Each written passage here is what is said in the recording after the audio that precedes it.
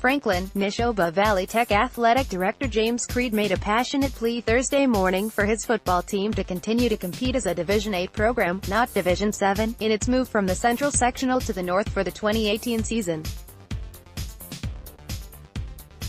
For the second time in 2 years, the MIAA Football Committee listened to his appeal. But after a 15-minute discussion in executive session, the committee denied the appeal.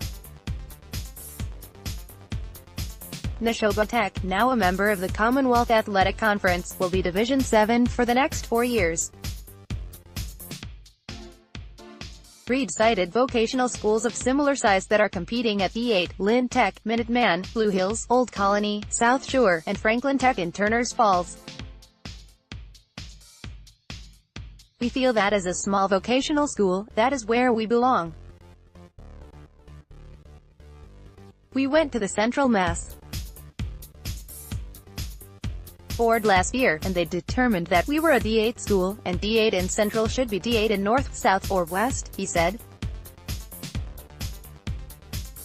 2017 season was memorable for the Vikings, who advanced to the state semifinals in November.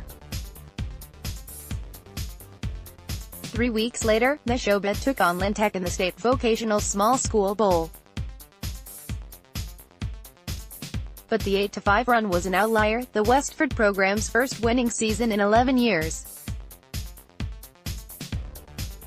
The D8 Central champion, Nashoba, was throttled by Hoosick Valley, 76-34, in the semifinals, and outscored 50-22 by Lynn Tech in the Vocational Bowl. 16 seniors will graduate from a roster of approximately 35 players. The incoming freshman class numbers are not promising. Based on a boys' enrollment of 435 students, Nashoba is slotted in D5, but based on the 2017 to 2021 alignment criteria, vocational schools are dropped 3 divisions. But based on roster size, Nashoba was moved up to D7. The key word is balance. Putting Nashoba Tech in D8 would result in a 16-team division, but in D7, the bracket is now 12. The committee looked at the numbers, and the system of alignment, 5 to 8 to 7, and also the balance of the divisions. They took all that into consideration, and left them in Division 7, said Richard Pearson, MIAA Associate Director. In its final session of the 2017-18 school year, the football committee voted on, and approved, a number of proposals for the fall.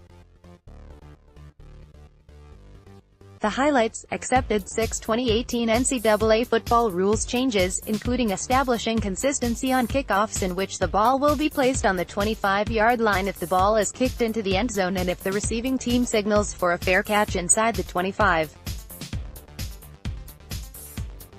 Also, blocking below the waist will not be allowed beyond 5 yards from the line of scrimmage. Linemen can still block from the side, but any other player must limit their blocks to the front of the opposing player.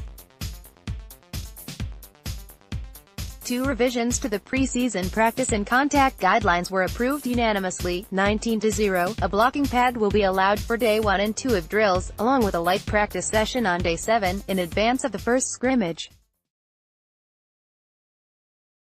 A step in the right direction, teaching the kids the game the right way, said Milton coach Steve Dembowski, representing the Coaches Association. In approving the 2018 format, the committee took no motion on the elimination of automatic tournament qualifiers in the North and South. Reps for District C and D, along with the Coaches Association, voiced their concern of not honoring league conference champions, Western Mass. Playoff teams will seeded by power ratings, following the North-South model, and drop the Walker system that calculates strength of schedule. Took no action on a proposal from Edfield trainer Maria Hutzik to have each sideline staffed with a trainer, citing safety, health concerns. It has merit, but difficult, because of staffing, to implement.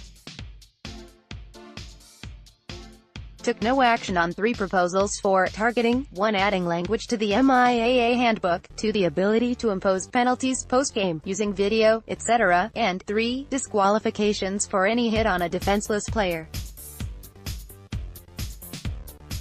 According to the MIAA, there were only 4 targeting calls in 2016 and 3 in 2017. Pearson said the association is in negotiations with Gillette Stadium and the Crafts for the Super Bowl schedule the weekend of Dec. 1, with 6 games on Saturday and possibly the other 2, D2 and D7, on Friday. Sunday is not an option. The Patriots have a 4:25 p.m. kickoff against the Vikings. Craig Larson can be reached at craig.larson@globe.com.